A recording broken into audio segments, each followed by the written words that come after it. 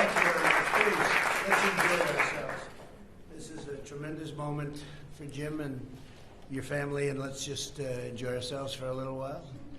We'll ask Jim to say a few words. I want to hear what he has to say about his great talent, his great running ability. I find athletics to be extraordinary. I love it.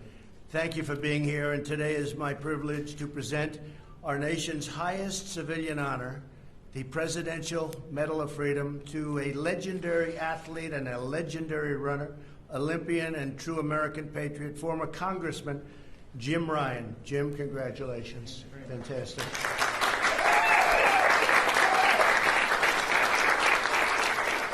We're joined today by Jim's wife, Ann. Thank you, Ann, very much. Congratulations. And various family members, but his son, where's Ned? Ned, thank you very much. Catherine, thank you very much. And I'm going to ask you to come up and say a few words to both of you, so you better be prepared. You got a lot of news back there. See, I'm being nice today. I don't use the other word in front of the word news. But Jim's journey started with a prayer. After being cut from his church baseball team, I can't believe that. That must have been a bad day, huh? And his junior high basketball team, they probably made a mistake. He asked God for guidance. Jim wanted to know God's plan for him, and he only had one request, that it was something to do with sports. You like sports. That prayer was answered when Jim joined the high school track team. He joined it and had no experience whatsoever. As he said, he didn't really know what he was doing, and he didn't know what he was doing there. In his very first mile race, however, he came in second place to the reigning state champion and a real talented person. Do you ever see him around, by the way? He's still around? Okay, that's pretty good. He's still saying, what happened? But Jim's first time in running the mile was 4 minutes and 32.4 seconds, so that tells you there's something genetically that's pretty good, right? Because that doesn't happen. 4 minutes, 32.4 seconds, first time he ever ran the mile. That was the last time he ever came in second in a high school race, and after that, Jim was always first. The next year, Jim ran a 3:59 mile and became the first high school athlete in history to smash the 4-minute barrier. That summer, he also competed in the 1964 Tokyo Olympics as the youngest middle distance runner in the world, by quite a bit, actually. In Jim's senior year of high school, he ran against three-time Olympic gold medal winner Pete Snell. He was good, wasn't he? But that was a bad day for Pete. Before the event, Snell reportedly said that he didn't think Jim would really have much of a chance or be much of a factor. Jim soon proved him wrong. With 300 meters left in the race, Jim surged ahead of the pack and swept across the finish line. In a fraction, his time, what was your time? 3 minutes and 55.3 seconds? That's not bad, right? It was okay for me. Not bad. I don't know. What did Pete say? Was he gracious? Was he gracious at that? Very gracious.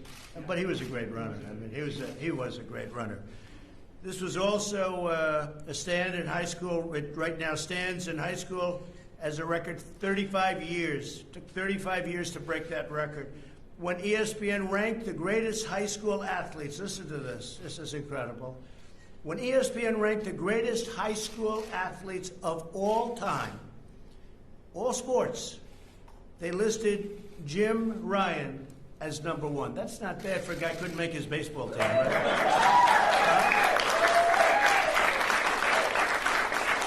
That's really an amazing achievement. That's incredible.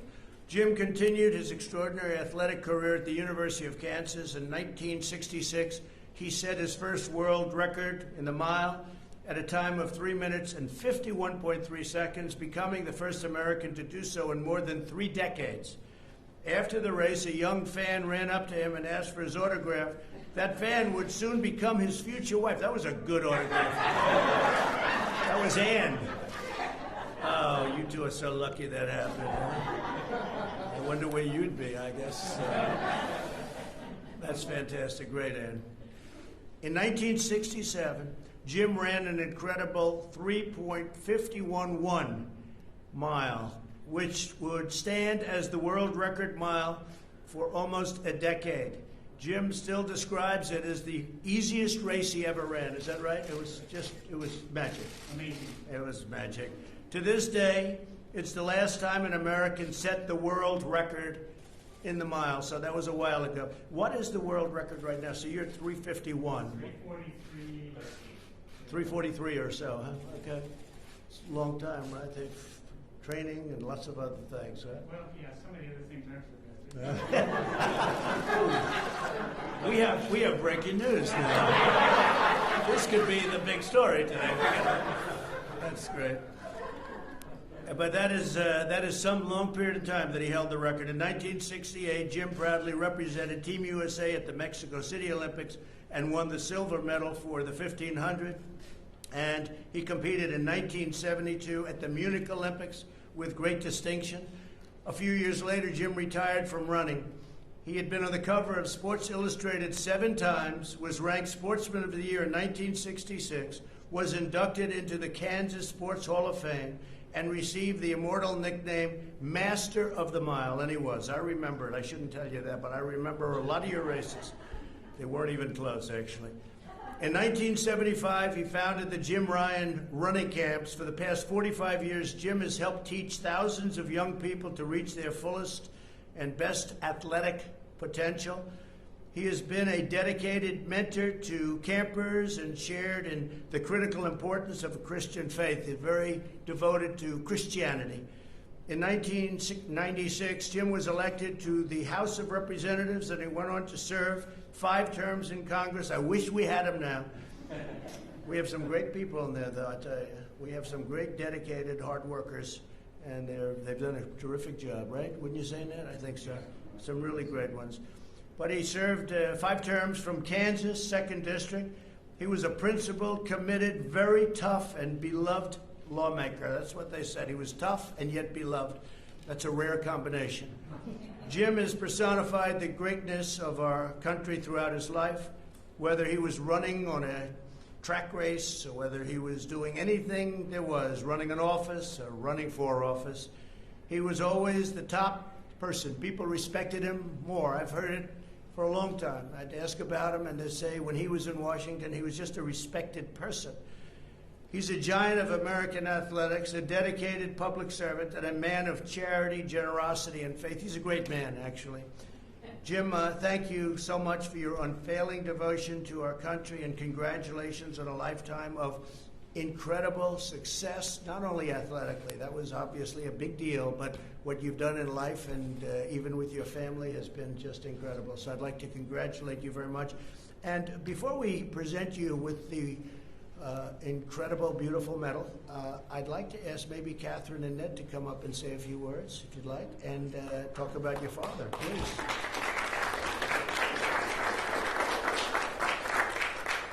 Well, thank you, first of all, for giving us a couple of minutes. Dad, thank you for being the man that you are. I know that today it's all about your accolades in the public eye, but you have been such an amazing dad and wife of more than 50 years to Mom, and just a man of character. And this is a man who loves the Lord with all his heart and has been such an amazing father to all of us. And so thank you. I'm proud to be your daughter. And Mr. President, thank you for having us here today. I want to leave you with my favorite verses from Numbers. It's, may the Lord bless you and keep you. May he make his face to shine upon you and give you peace. Thank you. Thank you. Mr. President, thank you. This means a great deal to me. I'm not going to get choked up. I got choked up last night on Tucker, and I told myself I would not do that again, but I just wanted to tell everybody, you know my dad as the miler, as the master of the mile, as the world record holder, as the 3-time Olympian. And I want to tell a story really quick of one of his former colleagues, Jay Dickey, out of Arkansas. And he pulled me aside one day and he said, Ned, there are a lot of people in Congress who think they're all that. They're drunk on power, they're arrogant.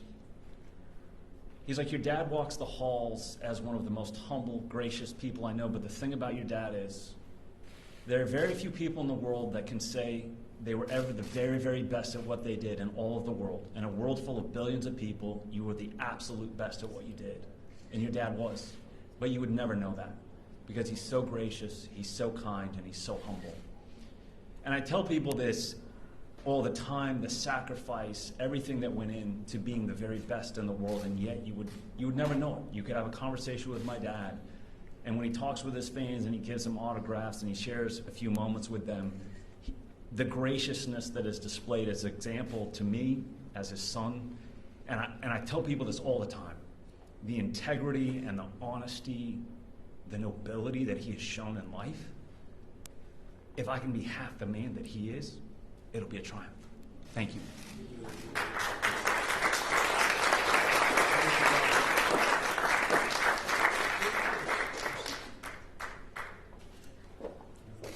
Read it out here.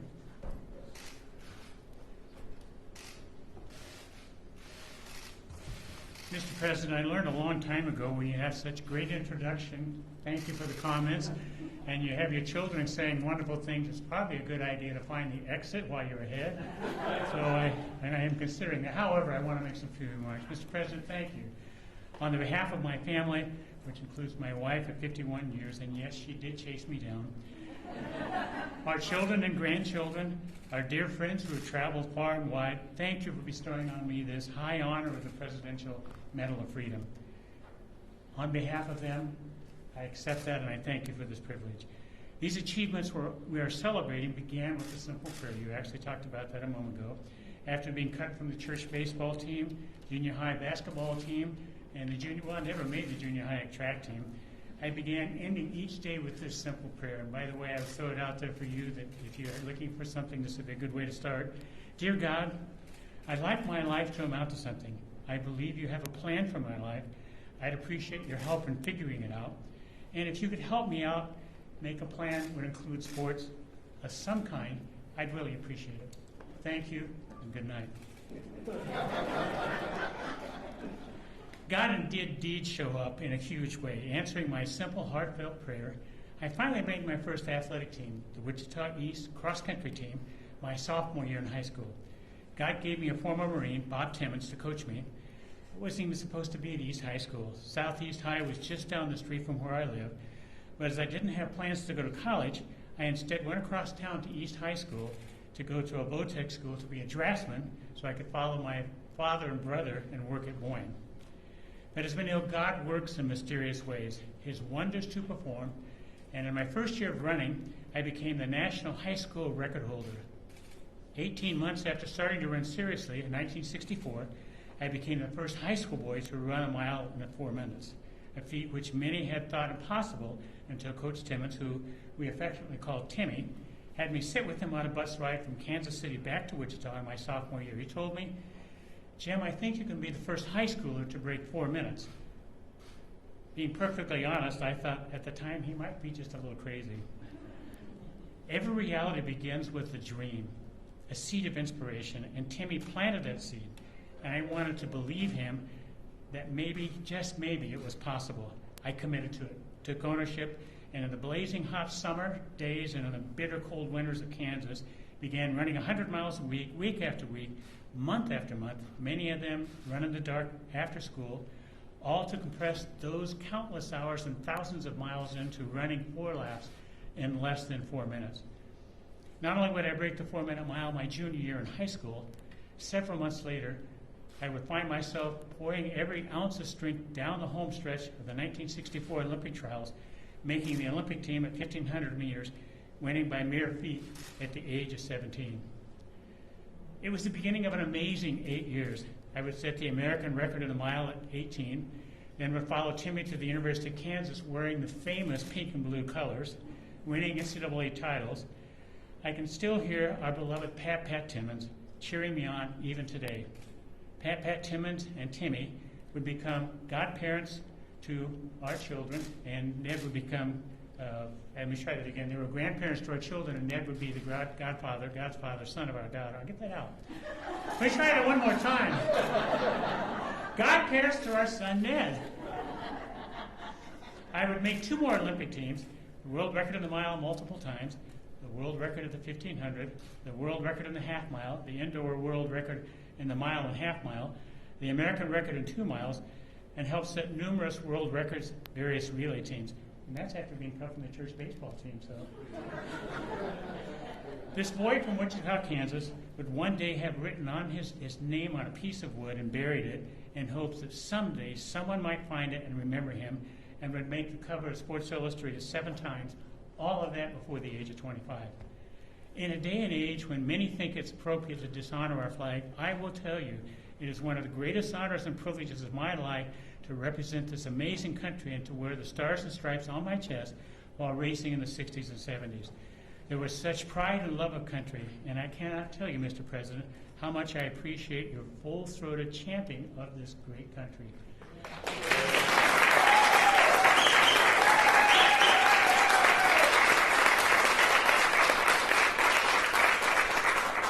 The accolades in my life have exceeded anything I could have imagined.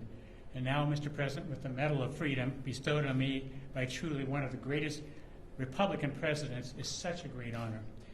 Mr. President, you have big dreams for America, ones that echo for me, my old coach.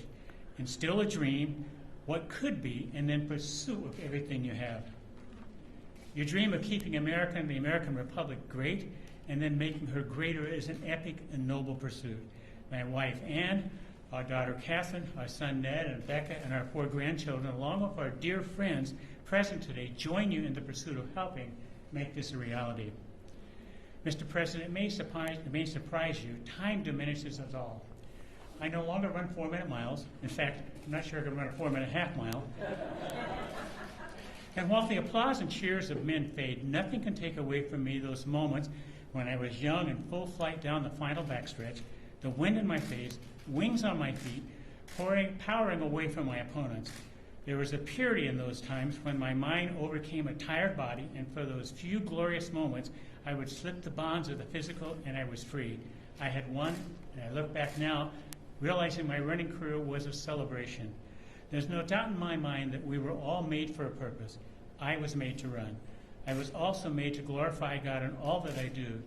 So in my words and in my actions, I celebrate that purpose and will do that always to His glory. What Ann and I cherish very much is having had the privilege of raising 4 beautiful children who contribute to our nation daily. In addition, we've been blessed with the opportunity to give back to the sport of running through the Jim Ryun running camps. We've had thousands of young runners attend the camp through the years, instilling in them this truth: God loves you and has a plan for your life. And then we challenge them with the work to become balanced human beings, to become physically, mentally, and spiritually fit. As I receive this medal, and it's an incredible honor, thank you, Mr. President, I will close by saying this: to God be the glory, great things He has done. This day, my life and all of these achievements, this is the Lord's doing, and it's marvelous in His eyes. Mr. President, thank you for your loving and serving this great Republican country. May God continue to bless you and your family with this peace. Thank you again for this great honor. Thank you very much.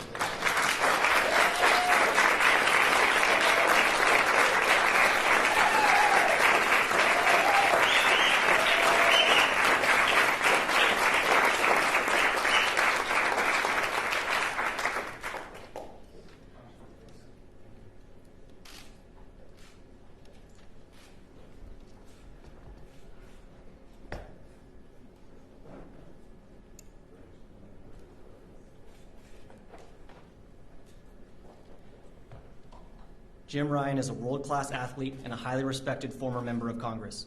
As one of the best middle-distance runners of all time, he is the last American to hold the world record in the mile run. He proudly represented the United States at the 1968 Summer Olympics, earning a silver medal in the 1,500-meter race. Following his success on the track, Mr. Ryun channeled his patriotism into a noble career in public service, representing the 2nd Congressional District of Kansas for more than a decade, distinguishing himself as a principled conservative. The United States proudly recognizes Jim Ryun for his meritorious contributions to our nation.